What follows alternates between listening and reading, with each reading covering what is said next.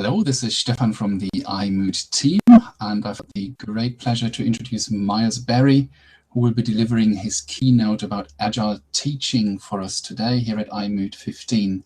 Miles is a principal lecturer, but also the subject leader for computing at the University of Roehampton in London, England. He's involved in the initial teacher training courses as part of the undergraduate and postgraduate programs. He tutors students on school placements, master students, and his focus in his research is mainly the role of online communities in teachers' professional formation. He's also interested in knowledge management and education, open source software, principles in schools, provision for the gifted and talented, independent learning, and so much more. So we've got a lot we can learn from him. So I'm going to hand over to Miles now, and thank you again for delivering this keynote here for us. Thank you.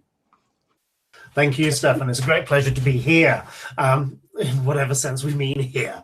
I've been using Moodle for quite a number of years now. So sometime back in 2004, it must have been, I was there working as a Year 5, Year 6 primary school teacher and had the cunning plan to see whether we could use a virtual learning environment in primary education. And of course, which one would we choose? None other than Moodle, because it was the only one which we could afford on our budget of essentially zero for the pilot project. It worked so well. That was essentially what I wrote about for my master's dissertation, and that kind of put me onto this slightly strange track of being sort of half teacher, half academic. So my day job these days is training the next generation of outstanding teachers at the University of Roehampton. I no longer administer a Moodle, which I miss very much, but I do use one. I've been spending much of the last couple of days working inside the Turnitin activity on the University of Roehampton's Moodle, reading some of the essays which our trainee teachers have been writing. It's been really very, very interesting. And I mean it, actually very interesting, what they've been saying about their experience of education technology, particularly computing on placement. Roehampton allow me out from time to time. So one of the things I've been working on over the last 3 or 4 years now is the new English computing curriculum. And so that's going to form something of a theme running through these slides. Essentially, the idea behind the deck here is that there are parallels between the world of software development and our world as educators. And you can see that both in real space and also, of course, in online space. Software these days gets developed online, as we in the Moodle community all know. And I think, of course, also, lots of education happens online. And so the parallels are there too. I find it very, very strange doing these webinars, as you will have picked up already, because I just keep talking at the screen. But I'm going to stop and pause from time to time and have a look at what's going on in the chat space there. So please don't wait until the end for questions. Just type those in as they occur to you, and hopefully there'll be opportunities during the deck to pause for a moment and address some of the things that you want to talk about. Okay, so let's get on with the show here. We have, in the world of software development, those who are teaching software engineering, programming in English schools, have this sort of waterfall development methodology, which never really was how software got written, but it still is kind of seen as part and parcel of what students ought to know about software development. So we have there the notion that somebody comes up with a list of requirements, generally wearing a rather nice suit, having a corner office, our software should do this. Another team of people have the job of designing the software, of coming up with the specification, that a third team of people, the programmers, will have the job of actually teaching. There's then a job of testing whether it's worked, and once in a while we also need to sort of check, issue the service pack, bring it up to date. I think there is a fairly obvious parallel between that and the sort of top-down, requirements-led approach to online instructional design, and indeed far too much sort of classroom-based teaching in terms of curriculum design. So you will have somebody who says, our course should do this. You will then have teams of instructional designers, perhaps, who then go about saying, okay, well, if that's what our objectives are, these are good ways of getting to these these objectives, then you might have another group of facilitators, moderators, the tutors who are supporting or helping students within that sort of online learning space.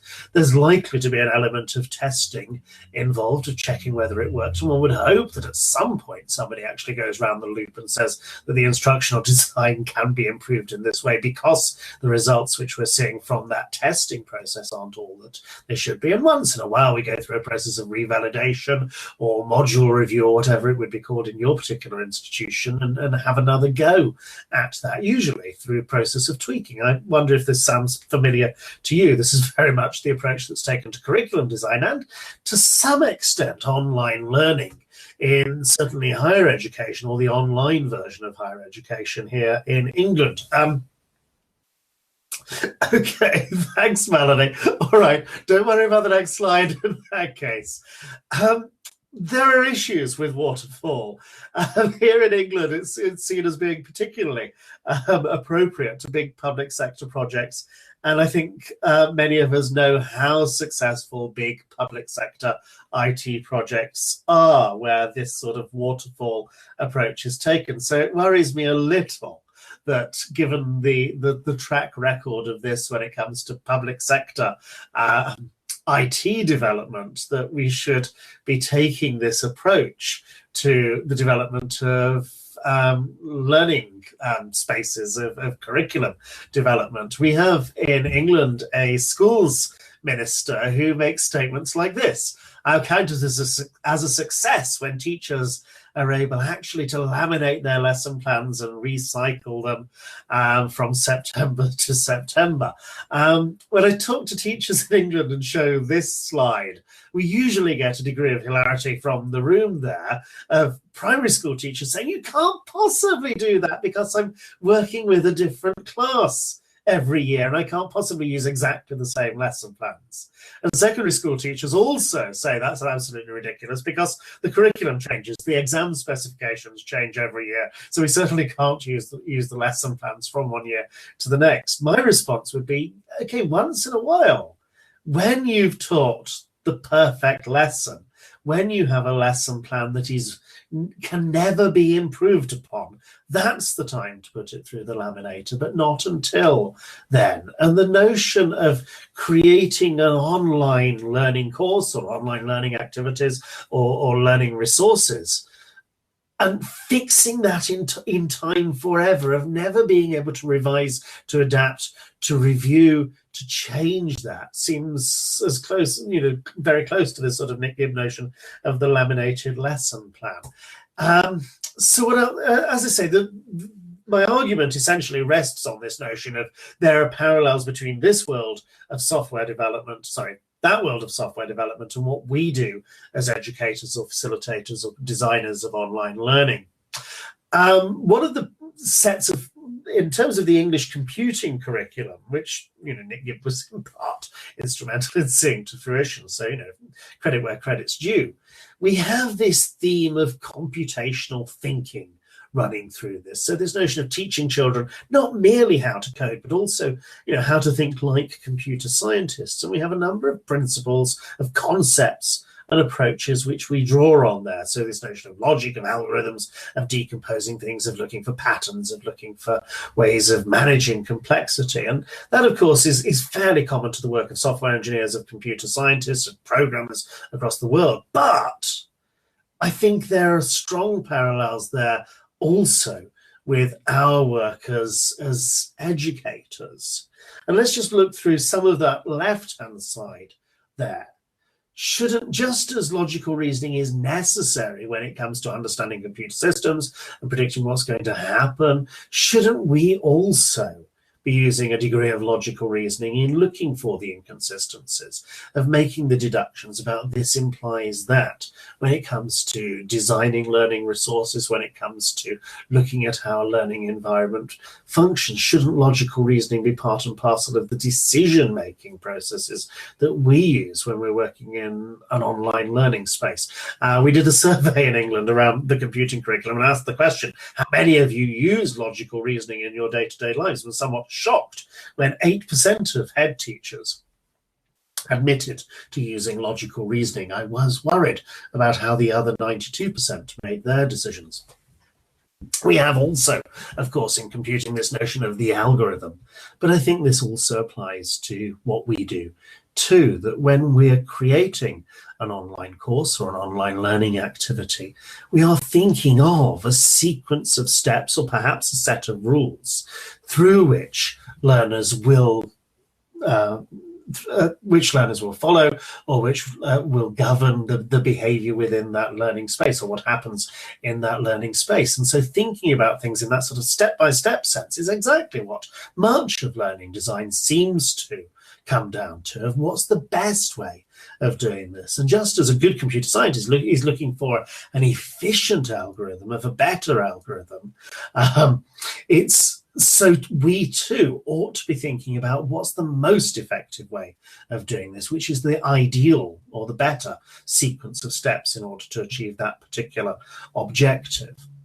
When a computer scientist, a programmer, looks at a system, they break it down into a series of parts. And I think that also is what we would do as learning designers, as facilitators of education. We'd look at a big problem, a fond memory of a former colleague back at the school where we started Moodle, in fact, or started implementing Moodle, doing the assembly on how to eat an elephant. And of course, the answer is one bite at a time. And the same is true of big tasks in education. You have a whole challenge of how do you create a course to best facilitate these particular sets of learning objectives. That's a difficult problem. We break it down into a smaller part, into a sequence of steps, and deal with each of those. There's a sense in which the good computer scientist is the lazy computer scientist. This doesn't always mean thank you, Melanie. Okay, I don't know, former colleague, this doesn't always mean that a lazy computer scientist has to automatically be a good computer scientist, but the best computer scientists look for the patterns, look for solutions that other people have found to similar problems, look for where one approach would work in many different contexts. And I think there is an element in which learning design patterns is something which we too can draw on. There are only so many ways to deliver a particular bit of content, to create a particular sort of interactive activity. And being able to reuse a template, being able to reuse an approach to tackling one whole class of problems from one to another, I think makes for more efficiency in learning design. And again, once you get to a point of being able to find a good way of doing this, that yes, absolutely, Gareth, we'll come back to design patterns somewhere around slide 20, I reckon it will be. Once we find a good way of doing these things, then we can apply that to lots and lots of similar areas or similar sorts of objectives.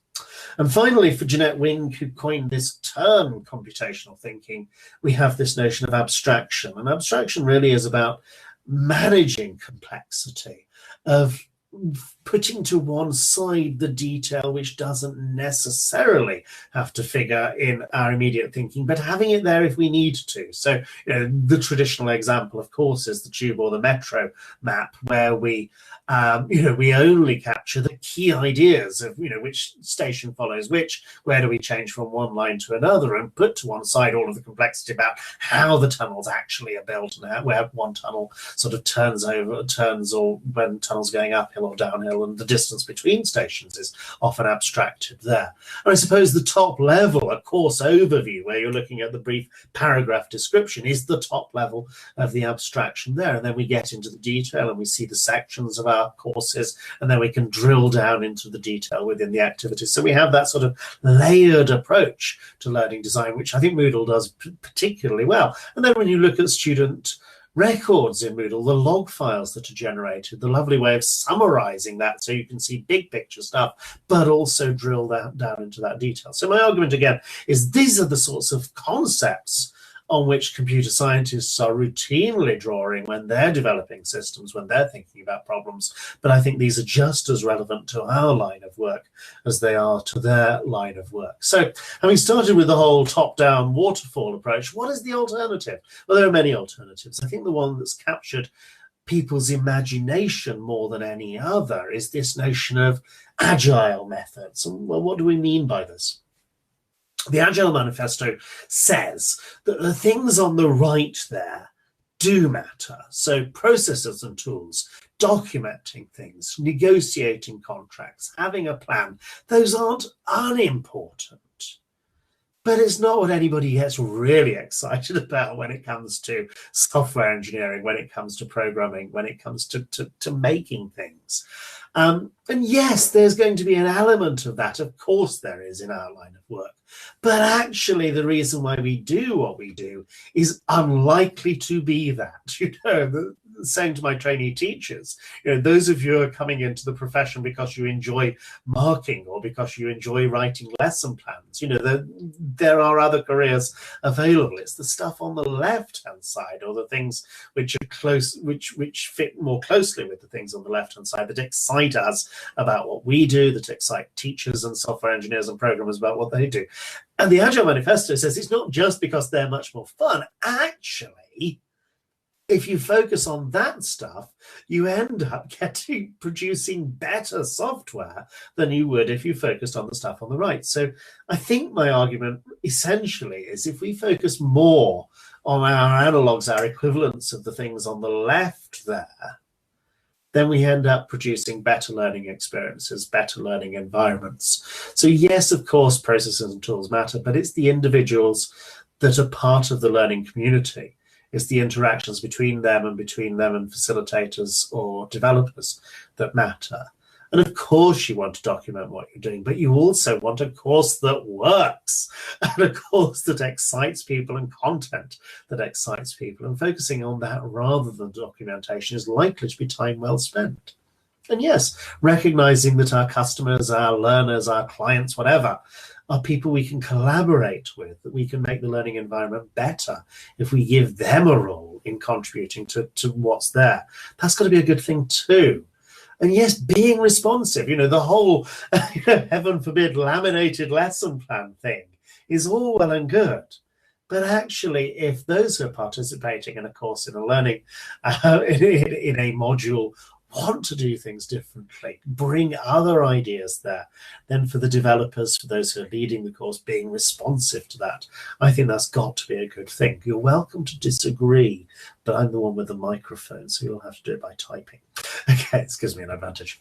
Right, so building on that Agile Manifesto, Agile developers have a number of principles which they apply. So, for instance, you have the project teams or projects work best when you've got a collection of motivated individuals, give them the environment and support they need, and trust them to get the job done. And I think that applies, and certainly if you're working in collaborative course design, if you've got great people working on developing the courses, then facilitate what they want to do. Provide the tools, provide the space, but then let them get on with that rather than putting perhaps unnecessary requirements there, and bring it down a level. Start thinking about learners as well. If you can get to the point where the learners who are participating in a course are so motivated by being there, by what it is that they're learning, that they can start taking some responsibility for one another's learning within the environment, then there's got to be a good thing. And I think, when I look back at my very early days using Moodle back at St. Ives, I think we got there, because perhaps it was so cutting edge, because of how brilliant the pupils I was working with there are.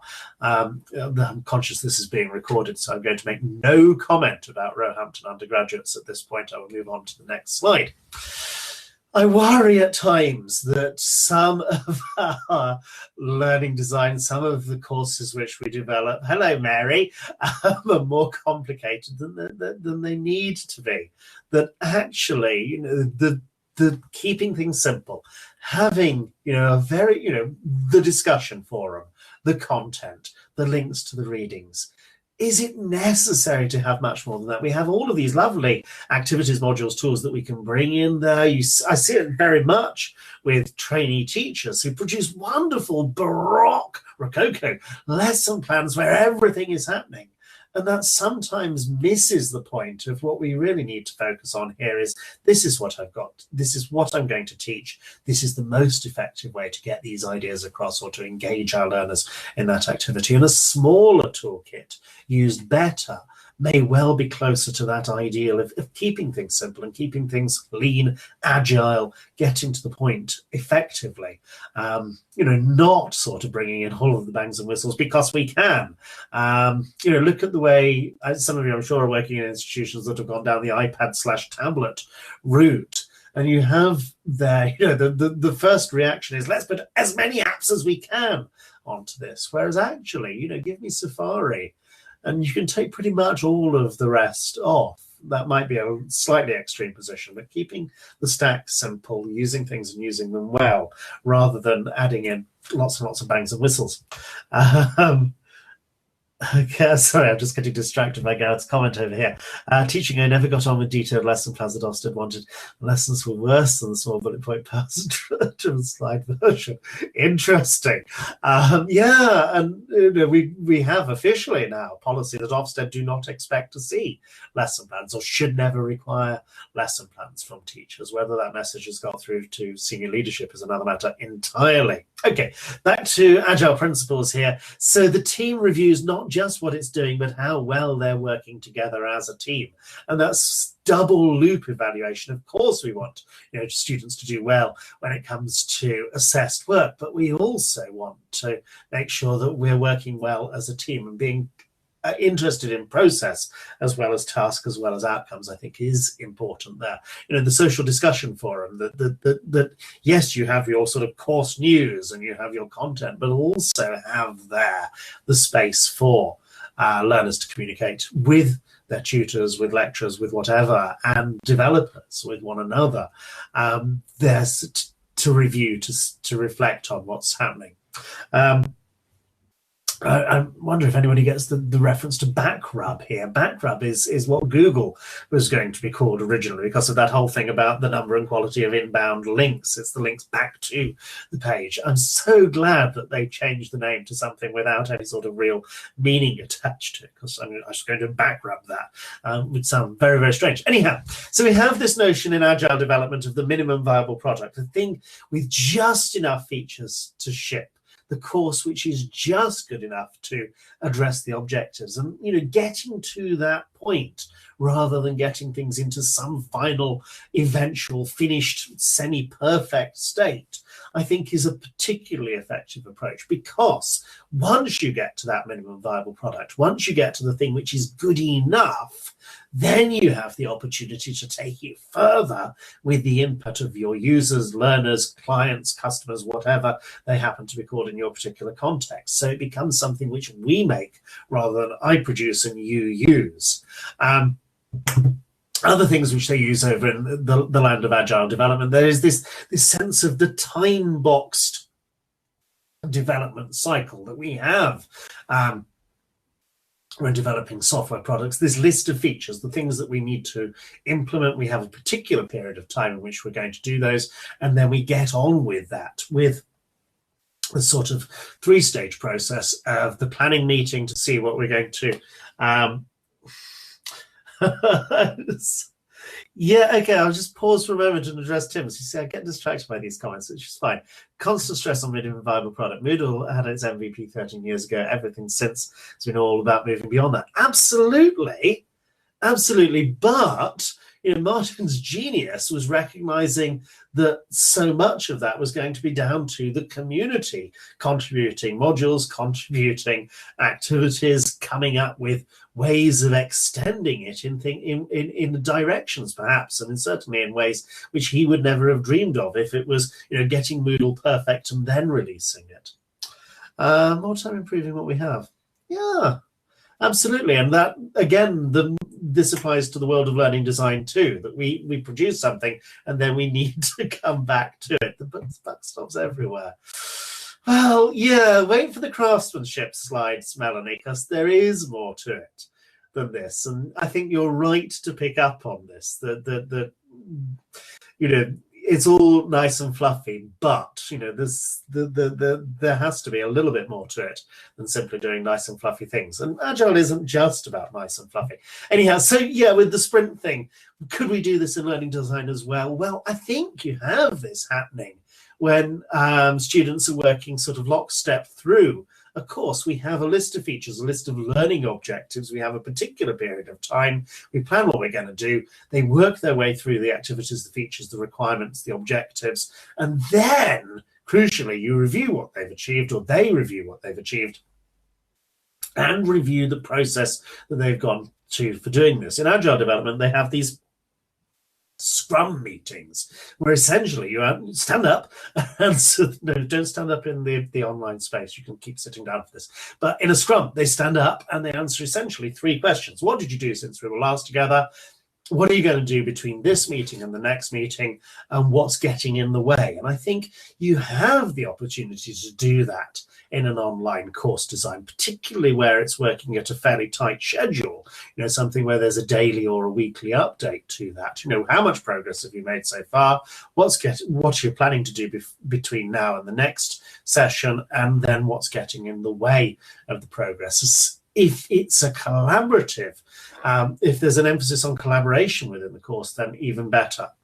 Was that somebody coming in? Okay, right. The other thing, one of the agile programming techniques is this notion of pair programming, that there's reasonably robust evidence that 2 programmers working on a task together is more effective than 2 programmers working on their own bits of code separately and then trying to join those together later. It's more fun for those who are working on it, and it seems to produce better code, which is less prone to errors. Again, similar message in terms of learning design. Let's bring that in so that we don't create courses on our own, but courses are created, ideally by a couple of developers working together.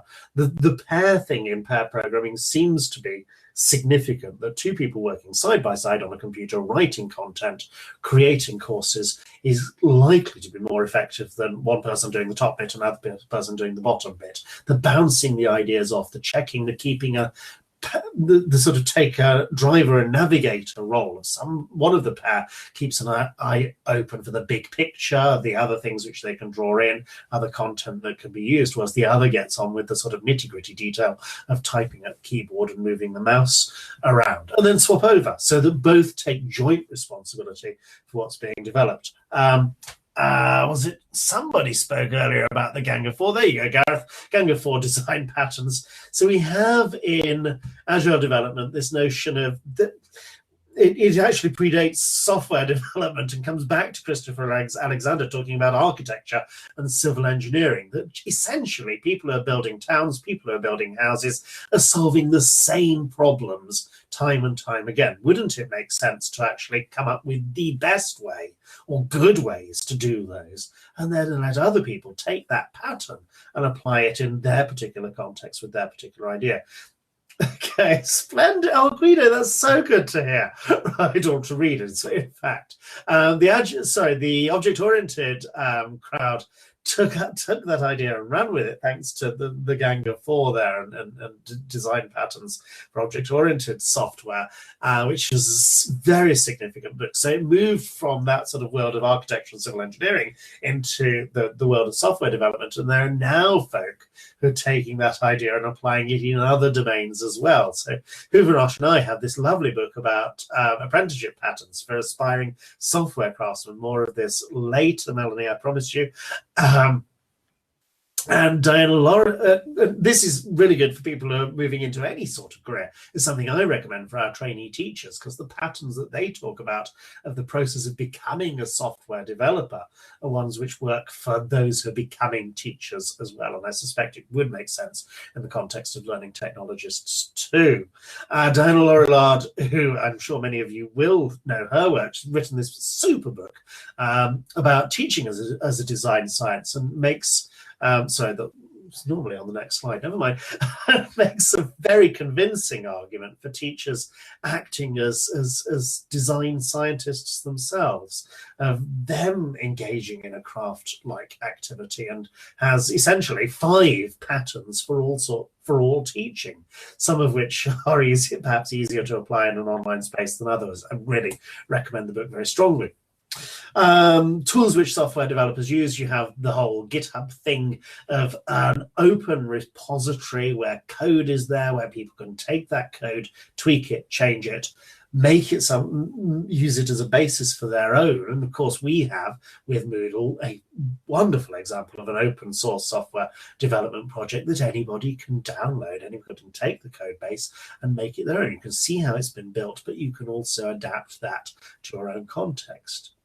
I wonder why there isn't the same sort of thing for the world of so-called open educational resources, or at least not to nearly the same extent. There's plenty of free content which you can get there, so downloading educational content from one repository, one source or another. But that sense of being able to tweak things, being able to adapt things, being able to contribute back, we have that with Moodle. But we don't really, as far as I'm aware, and you have to bear in mind I'm a little out of this particular loop these days, we don't really have that for Moodle courses. And I still wonder why that's not the case. Why isn't there the repository, the GitHub for Moodle courses? This is my course. This is what I'm teaching here. Why don't you download this, tweak it, tell me about the changes you make, put it back into the repository? There are people in the room who would know. Is there anything like this these days? I've not found it. Okay. Right. Yeah.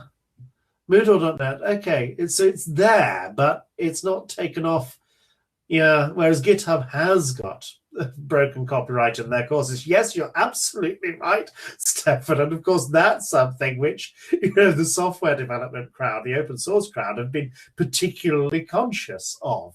And yeah, if you start the thing from scratch, as it were, then you're okay. But we also have this thing.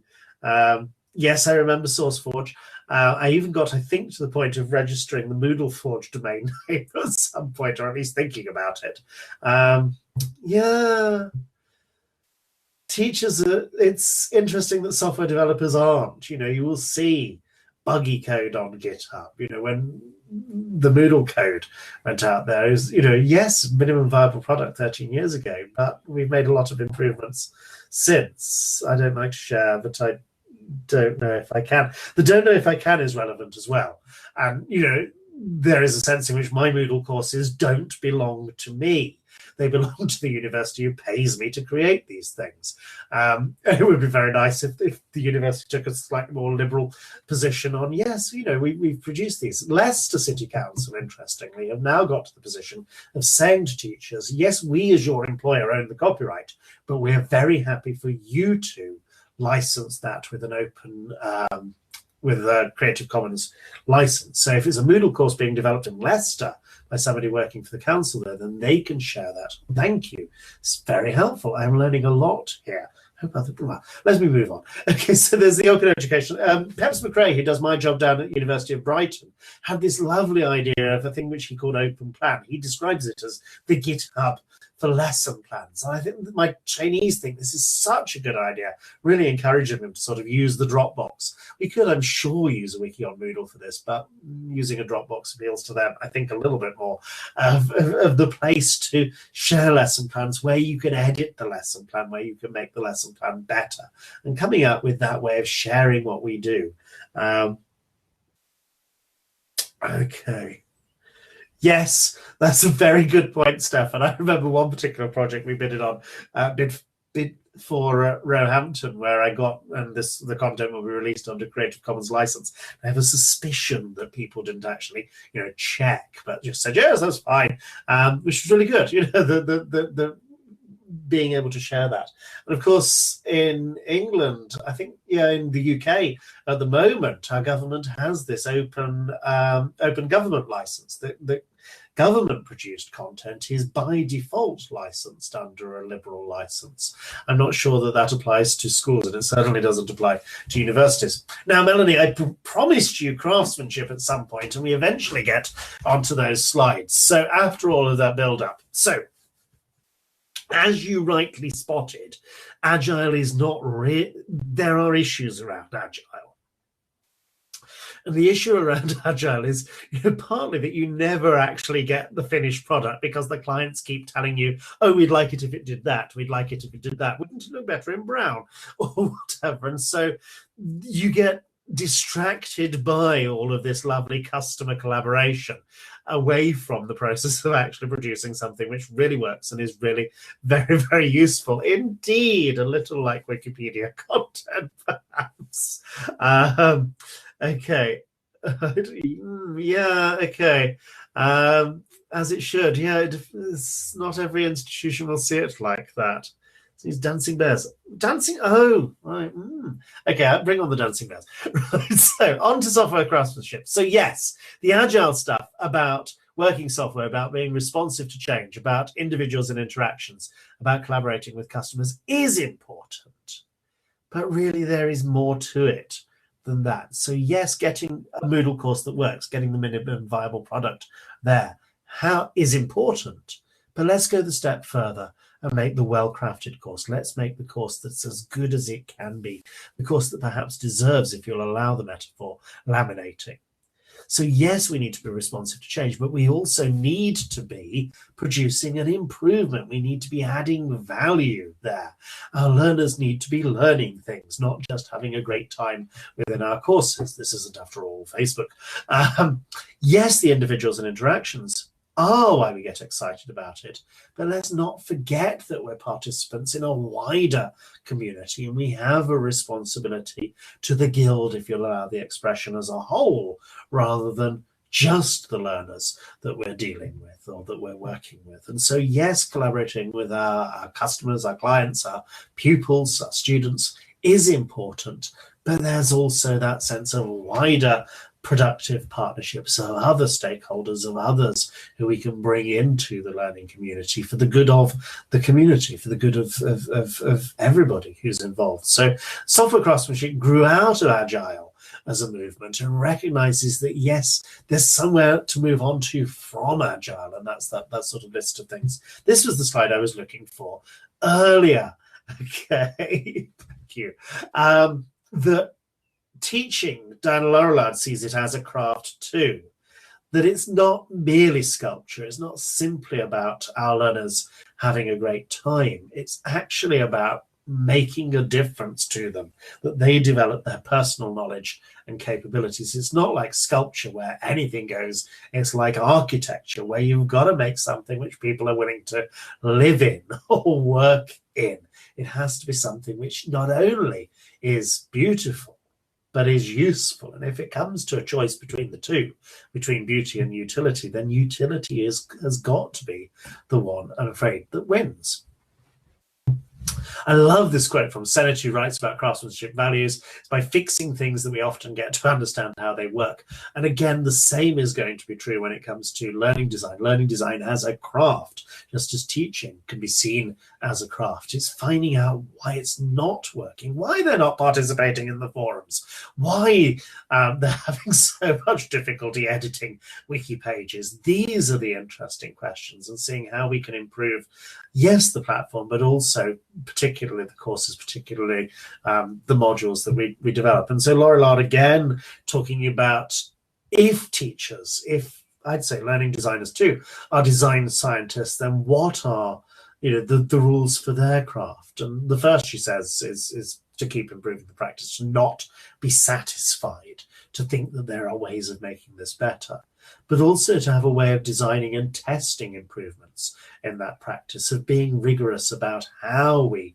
test these things, of looking for significant improvements, of making changes and testing whether those changes do make a difference, of looking at the work of others, of building on that work, and also, as we said earlier, with that, let's share these things using Creative Commons or whatever, of being willing to share our practice, the outcomes we achieve, and how the learning experiences that we've designed have fed into that. Good. Okay. So in education, just as in software engineering, testing seems to matter. And again, I think there are some interesting parallels which is worth drawing on here. In Agile development, there's this approach called test-driven development, which sounds dreadful. Essentially, it's a three-step process. If you're asked to implement a new feature, if you're asked to change a program in a particular way, then step one is not to do that. Step one is to write the test of whether that has worked. And of course, at that stage, that test should fail. Next stage, implement your feature, do the work, test again, and at that point the test should succeed, and then of course refactor the code, check that, see if you can integrate it better, see if you can improve what's happening. How does that relate to our line of work? Well, perhaps when it comes to good point. Perhaps when it comes to learning design, we need to start with the rather than working our way up to the test, the assessment, the evidence producing activity at the end of the unit. We start with the test, the pre-test, and if they can do it already, then there is no point teaching them it. It's a waste of their time. It's a waste of our time. So if give them the test questions, give them the questions to test whether they understand the idea or know what they're doing first. And if they pass at that point, then there's probably no point in them working their way through the content or the activities or whatever, because they can already do it. Only teach things which they don't know already. There's also, of course, this, yes, absolutely. Siggy, let me just do the whole anecdote thing. So, back at the school where we started with the Moodle thing, we're doing a lot of online learning. So I had on a Tuesday morning, half of my class were out at a swimming lesson. So the other half, we had sort of a little bit of fill-in time. So we went into the computer room, they worked their way through these 4 activities all about fractions arithmetic in time which I would have planned, it was content which I thought would take 4 lessons to cover. They just sat down at the computer and got it. So, of course, me to reflect on my practice, that how much of the time am I teaching them in such a way that where they could actually have achieved it much more quickly themselves if they'd been given the opportunity to just have a go at this, to learn. It's almost assessment for learning, isn't it? They learn through doing the assessment rather than assessing whether they have learned. And then the refactoring, there is the place for returning to things, for making sure ideas are better integrated. This is less well known, I suppose, but we have this model. This is Janet Gregory. I think, no, this is Lisa Crispin's model of agile testing quadrants. Sorry, I'm going to have to make my screen a little bigger now because that one's come out very tiny.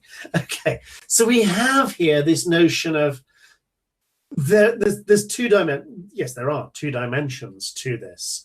You have the stuff which is concerned with the technology itself in agile development, and then the stuff which is concerned with the business processes, with the higher level objectives. You have the stuff which is done at a team level, and then you have stuff which is done at a product level. I think there are some parallels between that and what we do. So, for instance, down here, we might have the stuff which is very, very specific to the content of the course, perhaps, to the testing the learning objectives, whether they've been achieved. And then we have bigger picture stuff, which is about the application of that to a higher order set of objectives, I suppose. You also, of course, have the very, very simple stuff, which you can easily check, which you can easily do online, and then bigger issues where some sort of more collaborative, more creative approach is going to be an appropriate one. I think so. The clearest example, I suppose, is going to be between the little multiple choice test, which comes at the end of a short unit of watch this video, have a look at these slides, read this reading, now answer these multiple choice questions, which is very much down here. And then the sort of big picture stuff about create a profile, tell us how that's going to affect your lives, which may well be up here, the sort of wider implications for that. And my experience over the last couple of days of working in Turnitin, I think, is closer to that territory than the multiple choice questions would be down there. You have ways of credentialing this, and I noticed that we're using the whole badges thing in the iMoot course. Badges have really caught on in terms of English computing education. You also have those badges, of course, for the software or the hacker community, I suppose, has caught on to this. So there's a thing called Stack Overflow, which is where you go to ask difficult questions about how do I do this in this particular language for this particular application. Okay, thank you, Jean-Marc. One of the lovely things about Stack Overflow, okay, you've got to have wide shoulders, and you've got to check first that you've not already put the questions out there. But the badges for asking good questions, and these are the gold level badges. So you get the badge for asking the really interesting question. Famous question, absolutely. Asked a question with 10,000 views. I think, one of the ideas I suppose I'd take from this is the whole facilitating Moodle discussion forums. It's not the answers that matter, it's the questions that matter. Okay, the answers do matter, but the discussion forum in which students or participants are rewarded not so much for answering questions that we as lecturers, tutors ask, but for asking questions themselves, whether of us or whether of one another, I think would be a very interesting thing to play with. And building that into assessment rubrics, that yes, you not only have you got to answer these questions, but you've got to ask some questions in the discussion forum, and the equivalent of the famous question might well work. Okay, so we're talking obviously about the notion of the VLE here, the virtual learning environment. I want to return for the last couple of slides to an RLE. RLE, anybody? Not coming up in the chat room yet. Okay, so it's the opposite really of a virtual learning environment. It's the real learning environment. Thank you, Mary. You got there. Okay, yes, of course. So in English computing education, certainly in the primary phase, we're doing a lot of work with a tool from MIT called Scratch, which is a block-based programming language produced by MIT's lifelong kindergarten group. I'm working at Froebel College at the University of Roehampton, named after Friedrich Froebel, who invented the kindergarten. We have there on screen 19th century painting of kindergarten. And I just think this is such a glorious learning environment. What is there directed activity? I don't think there is so much. We have, yes, a couple of grown-ups here, but they seem to be working reasonably independently. I think that this lady appears to be mounting some sort of display. I'm not quite sure of what's going on over here.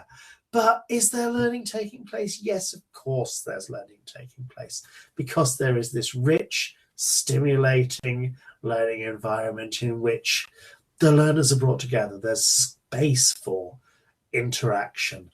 There's space for discussions to happen. What's that got to do with my whole argument? Yes, okay, Melanie, she's hanging laundry. I thought it was mounting a display because, it's like early years, and that's what they do in early years, as well as laminating lots. Okay.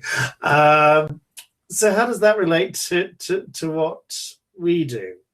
Well, here's a couple of learning environments, or at least environments. One of these is an English primary school classroom. Yes, thank you. And the other is at the offices of a multinational computer company. I don't think it takes you very long to work out which is which. And I just think it's interesting that over on the right here, we have software engineers, computer scientists, programmers, whatever, working together to develop, world-class code. Over on the left here, it looks to my mind as though these young people are being trained for jobs in call centers rather than an environment like that. And I think the environment that we create goes a long way to, or is linked to, the sort of learning that we want to facilitate. And in Moodle, it's very easy now for us to construct a learning environment which is the equivalent of this. It's, work your way through these resources, do this activity, do this activity, do this activity, when actually so much learning happens much more in an environment like this, where we are present together, we share stories with one another, we, yes, work productively, No, there is nothing wrong with working in a call center. I'm glad that there are people working in a call center. But I think, I'd hope that primary education isn't vocational training for the call center industry. I want to have high aspirations there. And I think I'd want to think in terms of learning design as having something which has higher aspirations than just work through these resources. It's about facilitating learning within a community for me. And I think that's one of the things which appeals to me a lot about this sort of work of agile development, software craftsmanship, this emphasis on the team, the emphasis on the guild, the craft there. I think that is actually the last slide in the deck. This is very, very unusual. Yes, Tim, I'm sure I know which one the OUIT department looks like. I guess which one the lecture rooms at Roehampton look like. I can't. I'm speaking from a position of absolute hypocrisy here, Melanie. That is a not unreasonable point. We have a weird day in the summer. Sorry, I'm doing the anecdote thing again. We have a weird day in the summer where we have to go and man the phones for clearing. So students who just missed their A-level offer can phone us up and say, do you still have a place? So I have one day a year where I do the whole call center thing. Hello, Roehampton University Primary Education. How can I help you? We have a script to work through. It's actually quite fun. I quite enjoy it. I could do that, you know. And they stop the whole teacher training thing. There's an opportunity there. Anyhow, there's no need for you to sort of do the whole tweet thing or send me an email because we've got a good sort of 8 minutes or so. But if you do want to get in touch after this, then there are contact details on the slide there. Did I miss anything as we were going through the slide deck? Do you want to argue with me now, ask any questions, make any observations? Is any of this relevant to your roles? I didn't do the whole fill in a poll thing. Tell me about what you do. I'm going to stop talking and start reading.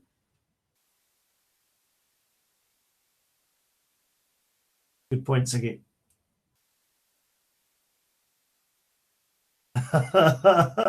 Yeah, Python is an interesting one, Richard. Oh, yes, do that. Yeah, you can speak now.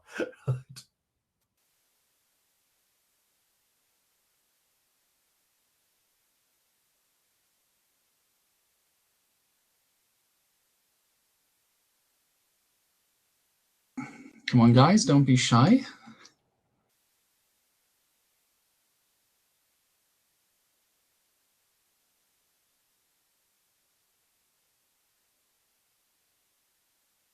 I think you just baffled them into silence, Miles.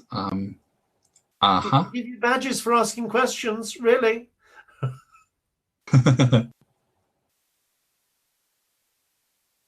I've just created a special badge for you, Miles. Thank you. Awarded after. Former colleague, you know, there's this whole thing about primary initial teacher training that we treat our students as if they were at primary school themselves. I had a colleague who did actually give students stickers during lectures. How cool is that? They seem to really appreciate it, which is even worse. I was just going to say they love it, don't they? Yeah. Seem to. Yes. I did teacher training, and yeah. And they liked these kind of things. Okay. Yeah, hi, Miles. This is Gareth from the iMoot team as well. Hi, I'm stunned. Also, when at the end of my masters, I did a little bit of session lecturing, and I gave stickers to the students in tutorials, and they loved them as well. And I was gobsmacked after going in from secondary teaching that they love them as well. So, but I'm stunned. I have any questions. It's amazing. There's a few badges I think you're going to get from me as well. So, thank you. My pleasure.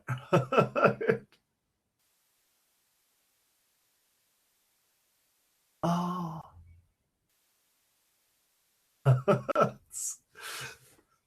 Melanie, one of the Ian Livingstone, who wrote a lot of the original Choose Your Own Adventures, has been a driving force in the move to the whole computing curriculum thing. We were really disappointed when his report came out that it didn't say, you know, to see how to improve the computing curriculum, turn to paragraph 38 or something. That's what we were wanting from Ian. Lessons really interesting for that. I've actually used that analogy with some of our students too.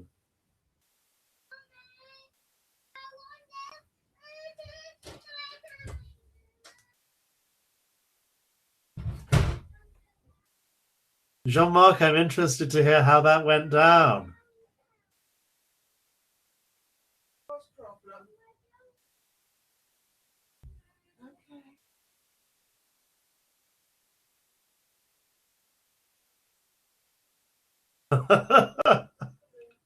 Gareth, Michael Gove played Dungeons and Dragons when he was growing up, you know.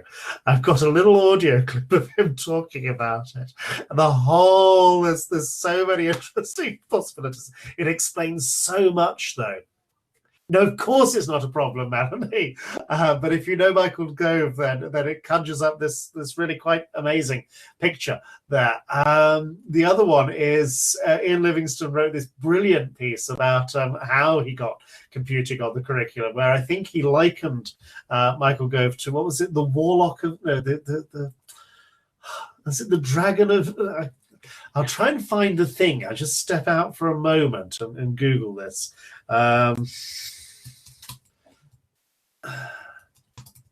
Okay. Perhaps this is a good point to stop the recording and right. move over to the informal side of things. Thank you ever so much, Miles. I learned such a lot because I don't come from a programming background at all. And I do get spammed by people trying to sell me Scrum courses and Agile courses. So I know what I'm being supposed to be doing. I'm sure there is more to it than this. I'm really am. I'm sure there is. Primary school teacher. There always Just making it up. But that was very, very enlightening, and I like the analogies. I learned ever such a lot, and judging from the discussion in the chat, I know that everybody else has as well. It's been a great pleasure. It's been most entertaining as well. Okay. Thank you ever so much. It's been a pleasure. Thank you all ever so much. Bye now.